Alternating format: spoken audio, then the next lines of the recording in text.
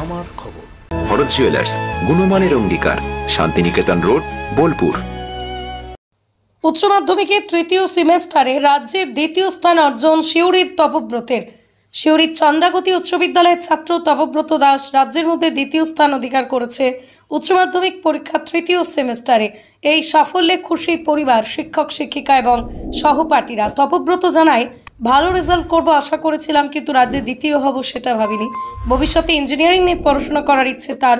প্রতিটা বিষয়ের জন্য একজন করে গৃহশিক্ষক ছিলেন তার এবং প্রতিদিন প্রায় 4 ঘন্টা নিজে পড়াশোনা করতেন। ছবি আঁকতে ভালোবাসে তপব্রত। তার বাবা পেশায় শিক্ষক, মা নার্স। পুত্রের এই অসাধারণ সাফল্যে উচ্ছ্বসিত পরিবার। বিদ্যালয়ের শিক্ষকরা জানিয়েছেন, তপব্রতের এই কৃতিত্বে গোটা স্কুল গর্বিত। ভালো লাগছে শুনে। প্রথমে আমি শুনিনি, বাবা ডেকে বললো, তো তারপরে এতটা আশা করিনি, ভেবেছিলাম ভালো হবে, তবে এতটা আশা করিনি। বাবা ডেকে বললো যে রাজ্যে সেকেন্ড হয়েছে।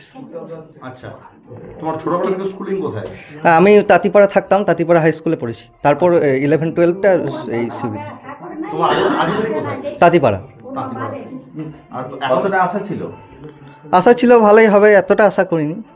এইবারে এমসিকিউ তো মোটামুটি একটা আন্দাজ ছিল কত পাওয়া যাবে। হ্যাঁ, 4th সেমিস্টার বাকি আছে। কত কি পড়তে বাকি সময়? টিউশন স্কুল বাদে ওই 4 থেকে 5 ঘন্টা এরকম বাড়িতে সেলফ স্টাডি।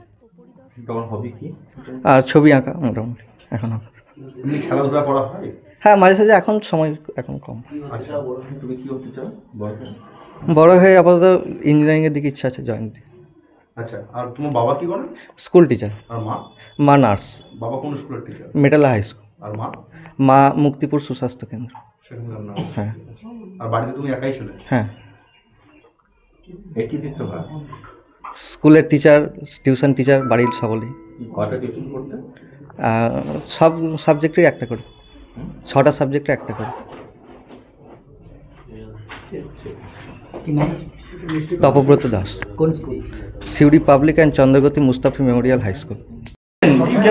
রেজাল্টের খবরটা শুনলাম, তারপর দেখলাম যে সেকেন্ড হয়েছে রাজ্যের মধ্যে।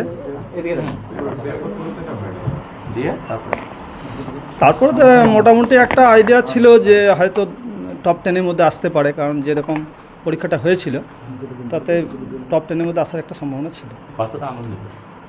আনন্দ ঠিকই আছে, কারণ তো স্বাভাবিক ব্যাপার।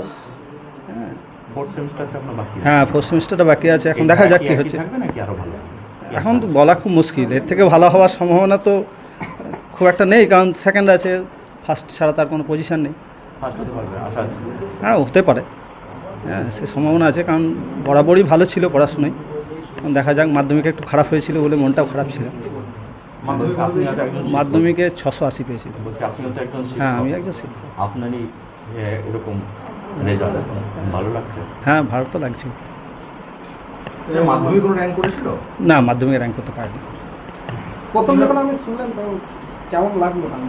প্রথম শুনে ঠিকই আছে, যেমন রিয়াকশান হয় বাবা মায়ের, সেরকম একটা রিয়াকশান। কীভাবে প্রস্তুতি নিত? প্রস্তুতি বলতে স্কুল, হ্যাঁ গৃহশিক্ষক ছিল, আর নিজেই পড়তো। সেলফ স্টাডিটাই বেশি ওর পছন্দের ছিল। পড়াশোনার বাইরে মূলত ছবি আঁকা, হ্যাঁ লেখালেখিও করে অল্প স্বল্প। এই ভবিষ্যতে কি নিয়ে পড়ার ইচ্ছা? ভবিষ্যতে ওর হয় ইঞ্জিনিয়ারিং, না হলে জেনারেল লাইনে পড়ার একটা ইচ্ছা আছে। আপনার ইচ্ছা? আমার কোনো ইচ্ছা নেই, ছেলে যা পড়বে তাই। ঐতিহ্যের সাথে আধুনিকের ছায়া, ভরত জুয়েলার্স, রূপে মায়া। ভরত জুয়েলার্স, গুণমানের অঙ্গীকার, শান্তিনিকেতন রোড, বোলপুর। দেখতে চোখ রাখুন আমাদের ফেসবুক ও ইউটিউব চ্যানেলে।